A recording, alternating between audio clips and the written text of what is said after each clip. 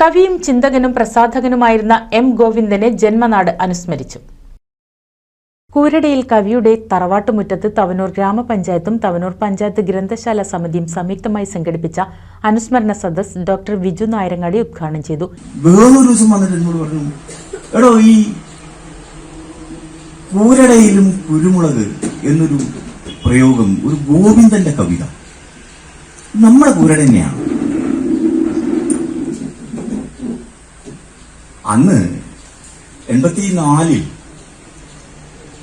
പൊന്നാനിയില് ഇടശ്ശേരി സ്മാരകത്തിന്റെ ഉദ്ഘാടനം നടത്തുന്നത്. ഇടശ്ശേരി സ്മാരകത്തിന്റെ ഉദ്ഘാടനവുമായി ബന്ധപ്പെട്ടാണ് ഞാൻ ഗോവിന്ദൻ ആദ്യം കാണുന്നത്.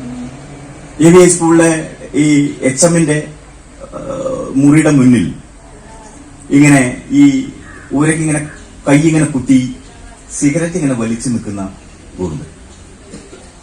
അപ്പൊ ഈ നിൽക്കുന്ന മനുഷ്യനെ കണ്ടാൽ സാമാന്യന.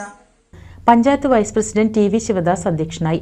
ഗ്രാമപഞ്ചായത്ത് അംഗം PS Dhanlaxmi, MT Unnikkannan, M Jayaraj, AP Padmini എന്നിവർ പ്രസംഗിച്ചു. TP സുബ്രഹ്മണ്യൻ ഗോവിന്ദന്റെ കവിതകൾ ആലപിച്ചു. P സുധാകരൻ സ്വാഗതവും AT മണികണ്ഠദാസ് നന്ദിയും പറഞ്ഞു. NCV news Ponnani.